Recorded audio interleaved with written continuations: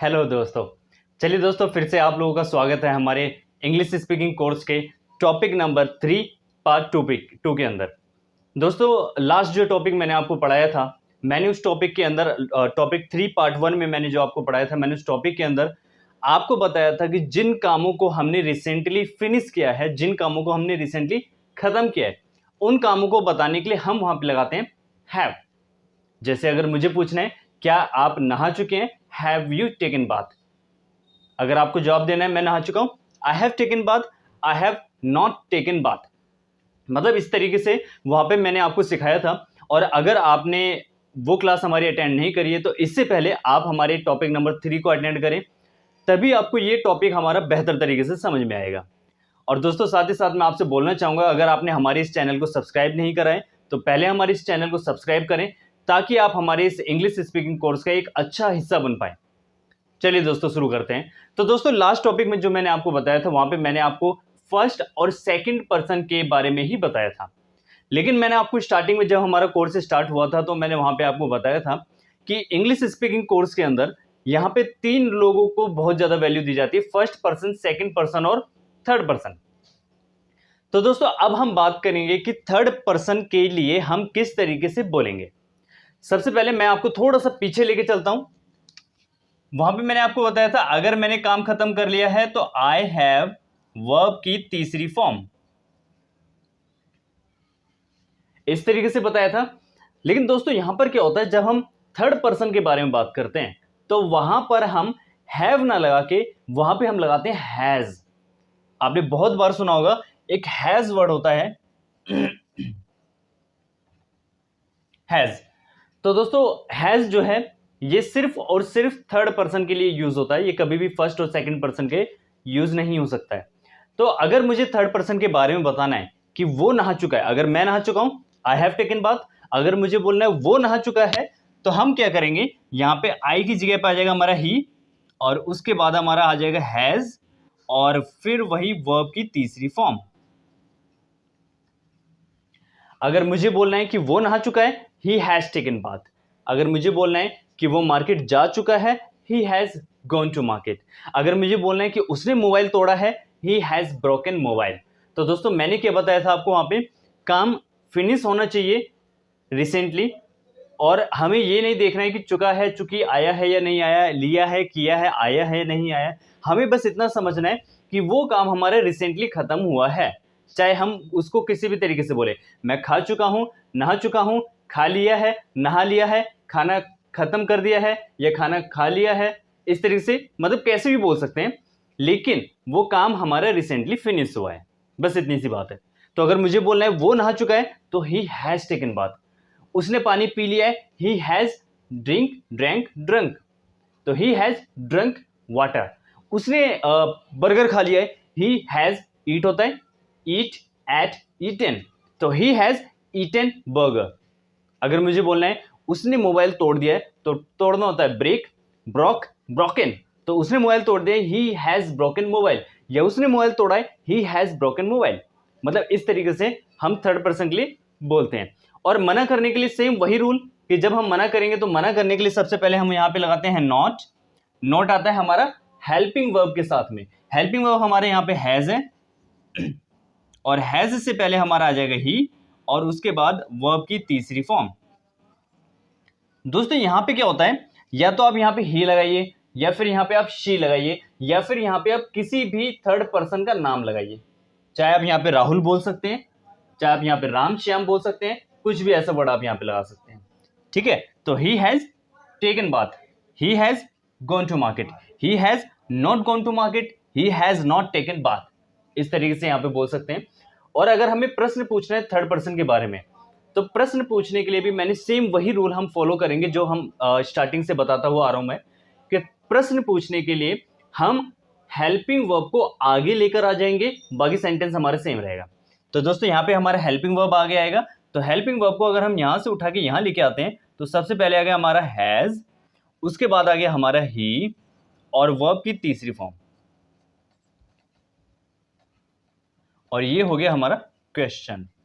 जैसे अगर मुझे पूछना है कि क्या वो नहा चुका है, क्योंकि मुझे नहीं पता, मैं नहीं देख रहा हूं, हो सकता है आप देख रहे हो सकता है कि आप जानते हो, तो अगर मुझे आपसे पूछना है कि क्या वो नहा चुका है, तो has he taken bath. Has he taken bath, आपको बोलना है वो नहा चुका है, ही हैज टेकन बाथ। अगर आपको मना करना वो नहीं नहा चुका है, he has not taken bath. पुराने चलते हैं, वहां पे क्या था कि हैव यू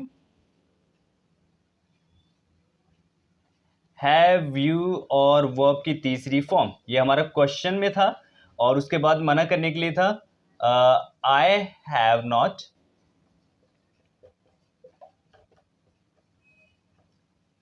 ये हमारा लास्ट टॉपिक जो मैंने आपको पढ़ाया था उसमें आया है, और ये हमारा प्रेजेंट टॉपिक में आया है, जिसके बारे में हम जिसमें हम सिर्फ थर्ड पर्सन के बारे में बात कर रहे हैं। तो दोस्तों थर्ड पर्सन में इस तरीके से बोला जाता है। इसमें यहां पर क्या होता है कि ये एक ऐसा टॉपिक है जिसमें आप दो बातों का बड़ा ध्यान रखना होगा। पहली बात तो ये कि आपको वर्ब की तीसरी फॉर्म्स का याद करना ही पड़ेगा। तीसरी फॉर्म को आप जब तक याद नहीं करेंगे तब तक आपके लिए ये टॉपिक इम्पॉसिबल है। दोस्तों इस टॉपिक में आपको थर्ड फॉर्म जो है याद करनी पड़ेगी, और उसके लिए मैं आपको बताऊं किस तरीके से आपको याद करना है।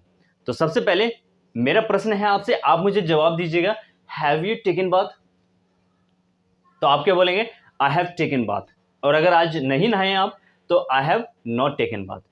चलिए एक और, हैज ही सेलिब्रेटेड पार्टी? क्योंकि सेलिब्रेट होता है, सेलिब्रेट करना होता है, सेलिब्रेट, उसके बाद सेलिब्रेटेड।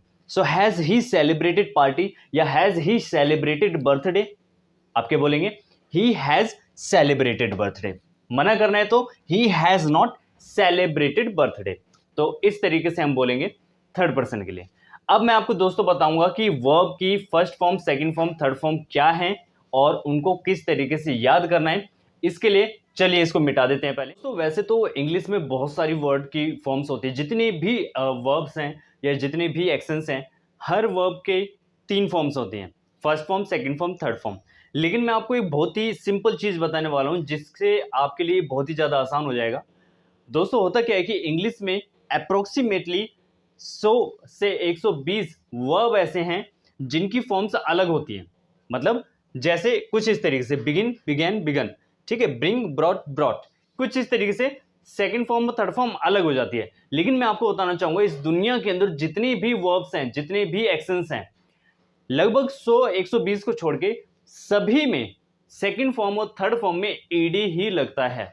जैसे क्लोज्ड, पहले सबसे पहले क्लोज आएगा, क्लोज्ड, क्लोज्ड, फिर उसके बाद ओपन, ओपेंड, ओपेंड, ठीक है। ऐसे ही कोई भी फॉर्म्स आप यहाँ पे लगा सकते हैं। कुछ इस तरीके से बस सेकंड फॉर्म और थर्ड फॉर्म में ईडी ही लग जाता है। Prepare, prepare, prepared, celebrated, celebrate, celebrated, celebrated, इस तरीके से आप ईडी ही लगाएंगे। इसका मतलब आपको सिर्फ और सिर्फ ये जो 100-120 के आसपास हैं जो अलग हैं, सेकंड फॉर्म, थर्ड फॉर्म जिनकी अलग हैं, बस इतना ही आपको याद करने की जरूरत है। इसके अलावा बाकी कुछ भी आता है आप समझ जाना उसमें ईडी ही लगेगा सेकंड फॉर्म, थर्ड फॉर्म में। तो दोस्तों यहां पर हमें क्या है, इन फॉर्म्स को यूज करना है। चलिए अब मैं आपको एक बार दिखा देता हूं और एक बार बता भी देता हूं। बिगिन, किसी भी काम को शुरू करने के लिए दोस्तों बिगिन लगाते हैं। बिगिन मतलब शुरू करना। ब्रिंग, ब्रिंग मतलब लाना, कोई भी चीज लेके आना। बिल्ड, बिल्ड मतलब होता है बनाना, कोई भी कंस्ट्रक्शन वाली चीज या कोई भी ऐसी इमारत जिसको बनाते हैं तो वहां पे बिल्ड लगाते हैं, ठीक है। उसके बाद बर्न, बर्न मतलब होता है जलाना। बाय, बाय मतलब होता है खरीदना। ड्रॉ, ड्रॉ मतलब खींचना, खींचना मतलब पेन या पेंसिल से कोई लाइन खींचना, कोई डिजाइन बनाना, खींचना मतलब ये वाला जो खींचना होता है ना, पेन और पेंसिल से कोई लाइन बना के खींचना, इसको खींचना कहते हैं यहाँ पे, ठीक है। तो ड्राइव, ड्राइव मतलब चलाना। दोस्तों मैंने आपको बताया था हमारे फर्स्ट वाले टॉपिक में कि कोई भी ऐसी व्हीकल जिसमें स्टीयरिंग होता है उस व्हीकल को चलाना होता है ड्राइव, ठीक है। उसके बाद फॉल, फॉल मतलब होता है दोस्तों गिरना। इसके बाद फीड, फीड मतलब होता है खिलाना। एक तो होता है खुद खाना जिसको हम बोलते हैं ईट, जिसका फॉर्म मैंने लास्ट आपको टॉपिक में पढ़ाया था। एक होता है फीड, फीड का मतलब होता है दूसरों को खिलाना। और ऐसा कब होता है? मोस्टली कई बार आपने देखा होगा कि हम लोग बच्चों को कुछ ना कुछ खिलाते हैं, लाइक बच्चों को चॉकलेट खिला रहे हैं, बच्चों को चम्मच से खाना खिला रहे हैं, कुछ और खिला रहे हैं, मतलब यहां पर हम क्या बोलते हैं? फीड। उसके बाद फील, फील मतलब होता है महसूस करना। तो दोस्तों ये कुछ फॉर्म्स हैं, इनके साथ साथ और धीरे धीरे फॉर्म्स मैं आपको बताता रहूंगा। अभी आप इन फॉर्म्स को देखिए और हम आगे चलते हैं। सबसे पहले बीट, बीट मतलब होता है पीटना।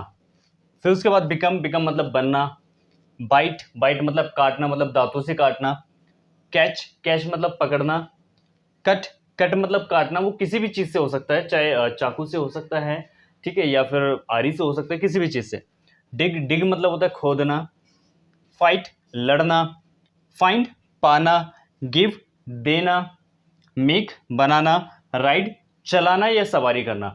दोस्तों मैंने अभी पिछले पेज पे ही मैंने आपको ड्राइव पढ़ाया था। ड्राइव में क्या होता है, स्टीयरिंग वाली चीज चला रहे हैं, लेकिन राइड में क्या होता है कि आप या तो हैंडल वाली चीज चला रहे हैं या सिर्फ आप सवारी कर रहे हैं, मतलब इन दोनों में से कुछ भी हो सकता है वहां पे मीनिंग।